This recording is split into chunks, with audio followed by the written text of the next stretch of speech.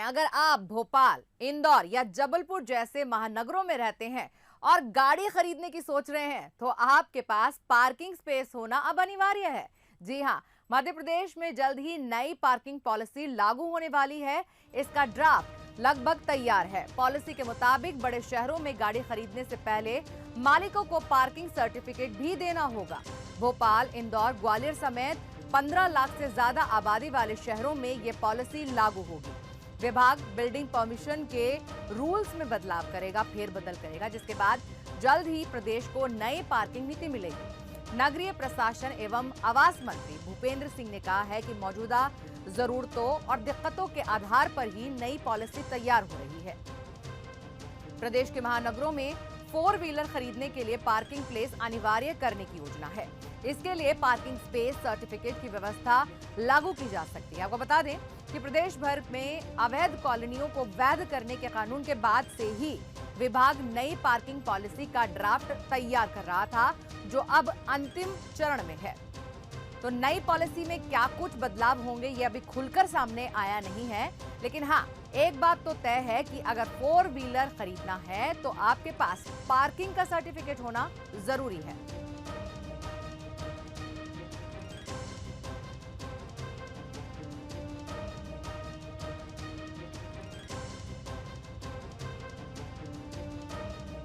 चलिए अब नई पॉलिसी में क्या कुछ बदला है वो भी दिखा देते हैं। गाड़ी खरीदने से पहले पार्किंग सर्टिफिकेट देना अब जरूरी होगा।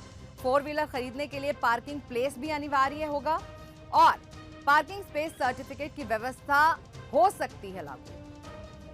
क्लस्टर पार्किंग पर विचार जारी है लगातार और सार्वजनिक पार्किंग निर्माण के लिए भी निर्धारित शुल्क हो सकता है। बिल्डिंग परमिशन के रूल्स में भी संशोधन की तैयारी है और URDPFI गाइडलाइन पर भी अध्ययन जारी है। तो ये नई तमाम जो पॉलिसी में बदलाव होने जा रहे हैं, कुछ इस तरीके के होने जा रहे हैं। अभी अंतिम चरण में ये पॉलिसी है, खुलकर जो बातें हैं वो भी सामने आ जाएंगी, लेकिन सर्टिफिकेट लेना बहुत जरूरी है। और अक्सर हम देखते हैं गलियों के अंदर जब लोग ऐसे ही उल्टी सीधी पार्किंग कर देते हैं, और ऐसे में लोगों को भी बहुत परेशान होती है। छोटे जो वाहन होते हैं, बाइकें होती हैं, वो फंस जाती हैं, स्कूटी नहीं निकल पाती है, लोग कहीं भी घुसाकर गाड़ी खड़ी कर देते हैं, जिससे अक्सर जो है एक्सीडेंट हो जाते हैं, कोई भी हादसा हो जाता है। ऐसे में 4 व्हीलर खरीदने से पहले अब पार्किंग प्लेस अनिवार्य करने जा रही है सरकार। अब ये भी हम आपको बता देते हैं आखिर इस पार्किंग पॉलिसी की जरूरत क्यों है।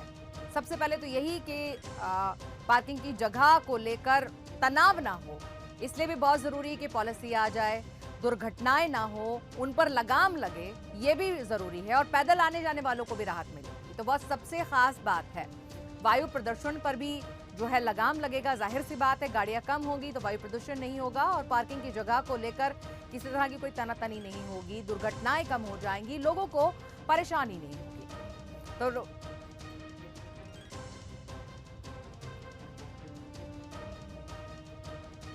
तो ग्वालियर हम आपको बता दें कि हमारे 2 संवाददाता इस वक्त हमारे साथ हैं। ग्वालियर से हमारे साथ प्रहलाद सैन जुड़े हैं और हमारे एक और संवाददाता भी साथ में हैं, उनके साथ भी हम बात करेंगे। पीयूष भी हमारे साथ हैं। चलिए पहले हम प्रहलाद से बात कर लेते हैं। जैसे कि एक नई जो पॉलिसी आ रही है, बहुत ज़रूरी भी है, ख़ासतौर से तब जब गलियां छोटी होती हैं और ऐसे में वाहन को ऐसे ही जो है लगा दिया जाता है।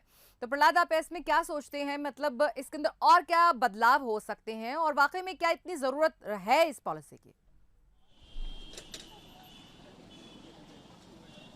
हाँ, बिल्कुल एक बड़ा सवाल आपने पूछा है कि क्या इसकी ज़रूरत है। ये जो नया बदलाव है कार खरीदने वालों के लिए, जिस तरीके से पार्किंग स्पेस अनिवार्य किया है, तो बिल्कुल ग्वालियर के लिए अगर बात करें तो ग्वालियर में जिस तरीके से ट्रैफिक जाम की स्थिति बनती है, हमने देखा है गलियों में लोगों के पास स्पेस नहीं होता, वो गलियों में गाड़ी खड़ी कर देते हैं, अपनी कार पार्क कर देते हैं, जिससे जो आने जाने वाले जो राहगीर होते हैं उन्हें काफ़ी दिक्कतों का सामना करना पड़ता है।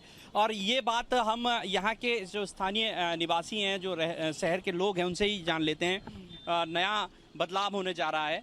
आप 4 पहिया वाहन खरीदते हैं तो इससे पहले आपको अपने घर में पार्किंग स्पेस के लिए एक सर्टिफिकेट होना चाहिए, यानी सर्टिफिकेट दिखाएंगे तब आपको कार मिलेगी। तो कैसे देखते हैं आप, ग्वालियर में कितनी आवश्यकता है?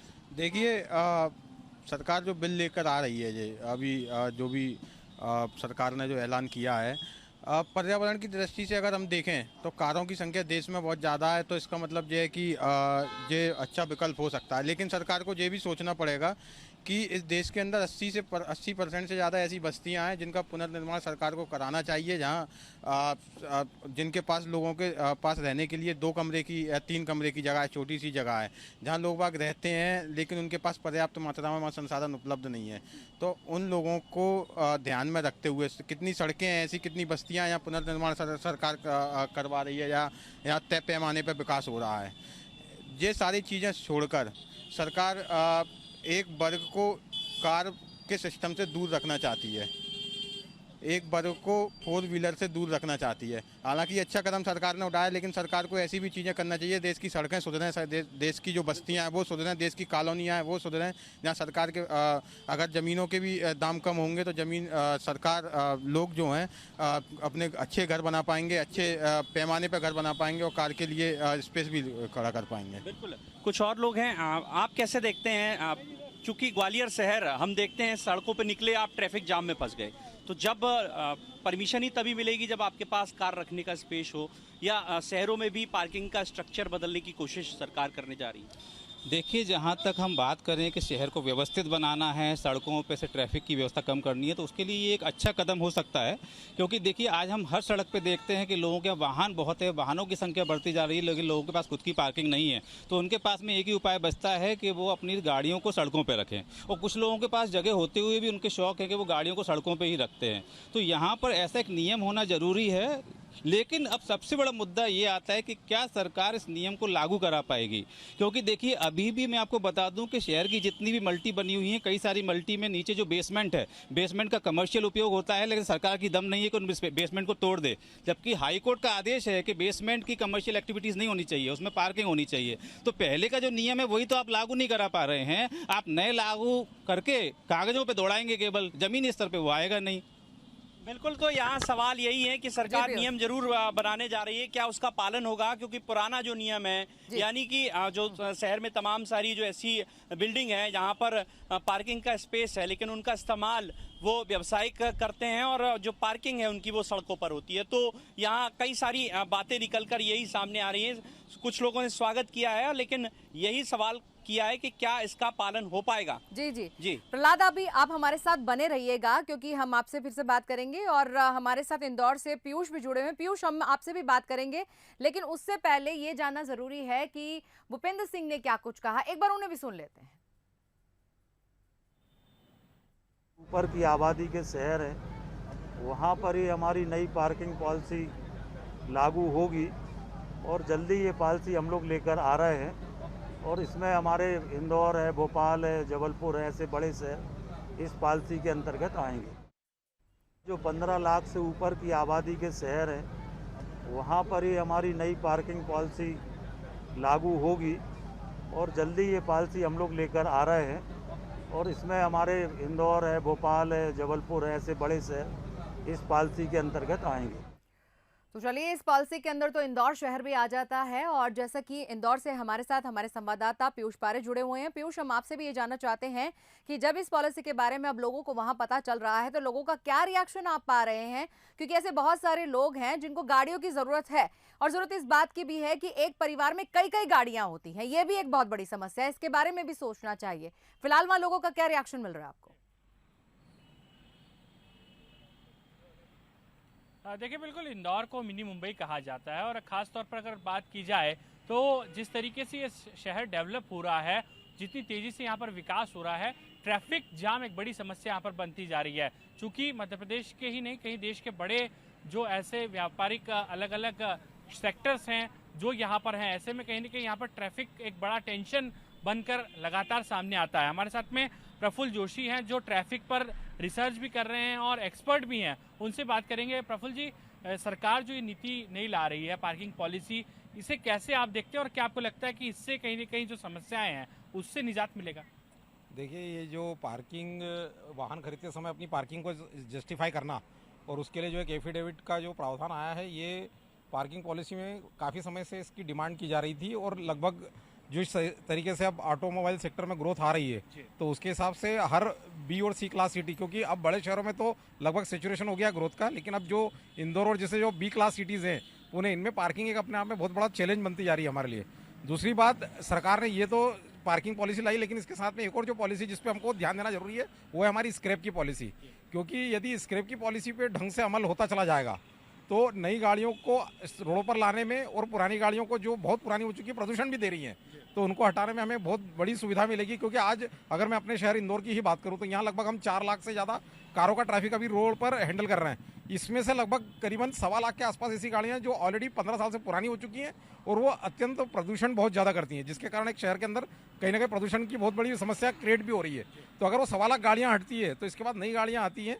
तो दूसरा एक और चीज़ जो इस पार्किंग के साथ में जो लागू होना चाहिए कि हर शहर की एक कैपेसिटी और कैपेबिलिटी होती है, तो उसके हिसाब से अगर ये भी एक कोटा डिसाइड हो जाए कि भैया हम हर शहर में लगभग इंदौर में हम 2 लाख गाड़ियां ही रिलीज करेंगे, 3 लाख गाड़ियां इस साल रिलीज करेंगे, जो कि यूजुअली फॉरेन में रूल्स भी हैं कि इस साल 2 लाख गाड़ियां हटेगी और 2 लाख गाड़ियां नई रोड पे आएंगी। तो उससे आपका इन और आउट का जो फ्लो है सवाल ये भी होता है कि अगर इंदौर शहर की बात करें तो इंदौर शहर अपने आप में बहुत बड़ा शहर है, छोटी छोटी गलियां भी हैं जहां पर पार्किंग की सबसे ज्यादा समस्या बनी ही हुई है।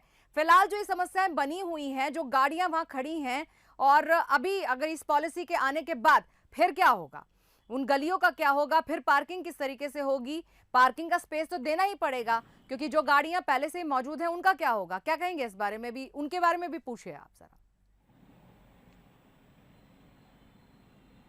देखिए बिल्कुल बहुत महत्वपूर्ण सवाल है जोशी जी, आपसे पूछना चाहेंगे कि बहुत सकरी गलियां हैं, वहां पर गाड़ी अभी फिलहाल है और आने वाले दिनों में अगर पार्किंग स्पेस नहीं मिलती है तो जो लोग गाड़ी खरीदना चाहते हैं ऐसे में उनका क्या होगा, इसके लिए कहीं आप कोई सुझाव सरकार के सामने? नहीं, देखिए जैसे अभी जो, क्योंकि यही तो एक समस्या की जड़ है कि जो लोग सकरी गली में रहते हैं वो भी कार खरीद लाते हैं, तो एटलीस्ट हम कहीं ना कहीं इसको कहीं ना कहीं हमें स्टार्ट तो करना पड़ेगा।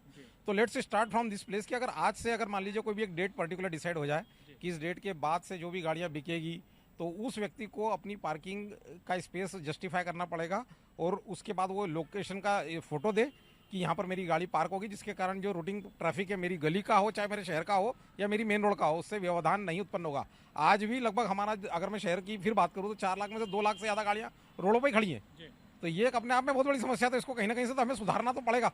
तो इसके लिए कहीं ना कहीं आज से एक ये पॉलिसी हो जाए कि भाई जब तक आपके पास गाड़ी का पार्किंग लोकेशन नहीं है या खड़ी करने के लिए जगह नहीं है, आप नहीं, और इसको जस्टिफाई और वेरीफाई किया जाए, क्योंकि नहीं तो इसमें फर्जी भी जानकारियां देने लग जाएंगे लोग कि भाई किसी दूसरे के मकान का फोटो लग रहा है, उसकी फोटो लग रही है और गाड़ियां रोड पे आती चली जाएंगी। तो और दूसरा, पार्किंग पे जो जुर्माना है वो बहुत ज्यादा होना चाहिए, स्पेशली कुछ मास्टर रोड शहर की हो जाए जिनसे शहर का ट्रैफिक, क्योंकि ट्रैफिक जो है ब्लड है शहर का, अगर उसमें व्यवधान उत्पन्न होता है तो इनमें शहर की मास्टर रोड डिसाइड हो जाए, उस पर एक तगड़ा फाइन हो। तो देखिए बिल्कुल कुल मिलाकर कहा जा सकता है कि जो पॉलिसी है वो कहीं ना कहीं यहाँ पर ट्रैफिक की समस्या से निजात जरूर दिलाएगी, लेकिन पॉलिसी ऐसी बने जो जिसका पूरी तरह से इस पर अमल किया जा सके और लोग भी कहीं ना कहीं इसमें अपनी एक भागीदारी निभाएं, ऐसा तमाम एक्सपर्ट्स यहाँ पर कह रहे हैं। जी हमारे साथ दोनों ही संवाददाता रहे और पीयूष आपका भी बहुत शुक्रिया, प्रहलाद आपका भी शुक्रिया। और जैसा कि इन दोनों ही शहर यानी कि ग्वालियर से भी और इंदौर से भी जो हमने आपको तस्वीरें दिखाई, यहाँ पर जो लोगों के सुझाव हैं